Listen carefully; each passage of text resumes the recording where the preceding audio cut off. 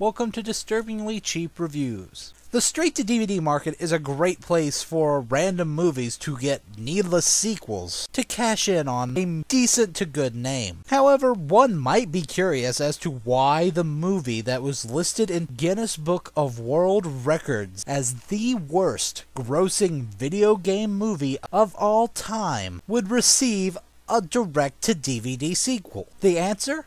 Uwe Boll. The German director is notorious for his poor video game movie adaptations that mainly made profits because of a loophole in German tax law that allowed him to recover part of his budget on a bombing film. When the loophole finally closed, all he did was move into the DVD market, producing Blood Rain 2, House of the Dead 2, and this week's movie, Alone in the Dark 2. The plot is, well, confusing. Downright mind-bending confusing. I'd call it non-existent, but they managed to get 90 minutes out of it, so there has to be something there. From what I gathered, there is a type of ghost witch thing that is after a dagger that gives it power.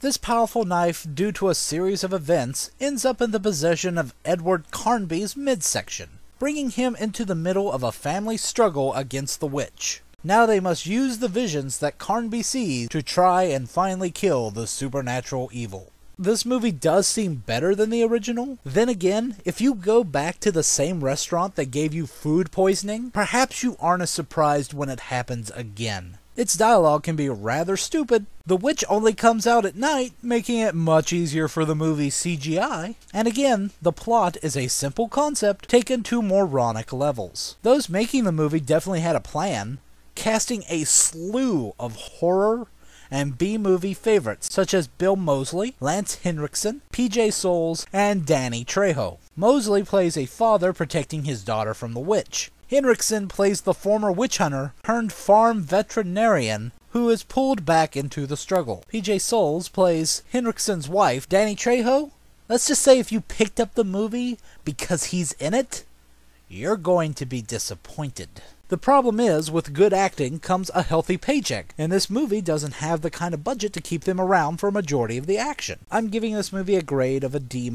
Even though I'm still rather confused on what the plot was, it doesn't get an F because it was smart enough to pick up good actors for its poorly written roles. I leave the review part of this video with the following. About 30 minutes into this movie, Henriksen picks up the cursed dagger. Despite its ability to possess those who grab it, please don't ask. To explain this, he simply says, "After all these years, I'm immune to witchcraft crap." You know what? You'd think I would be too. I really need to find one good supernatural straight-to-DVD movie. And now I smoothly segue to the spoiler section of the video. PJ Soles is in this movie for about as long as a sneeze. Danny Trejo maybe gets 3 minutes of screen time. Bill Moseley, who seems to be sleepwalking through the movie, is dead by minute 50, which at this point leaves Lance Henriksen to take his place, and Lance manages to survive. The movie manages to establish throughout the film that bullets don't hurt the witch, yet every single character is trying to shoot it, usually while yelling. The witch is stopped by stabbing the dagger into her real-life body. At least I think that is what that was. The movie just moves from one scene to another, barely explaining anything. At one point, a pained Carnby shouts, "It's beginning!" And I realized at that point, I had no clue what he was talking about. The movie mixes up its dagger rules as the film goes on, until we get to the ending where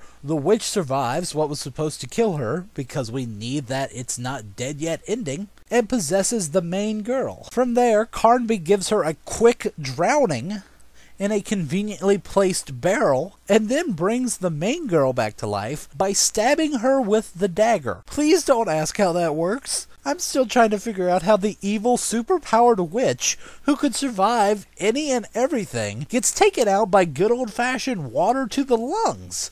She didn't even float. I could have been much harsher on this film. Much, much harsher. But I don't feel like flogging the dead horse that is Uwe Boll-related films. So remember, until next time, don't lie to me about Danny Trejo starring in your movie.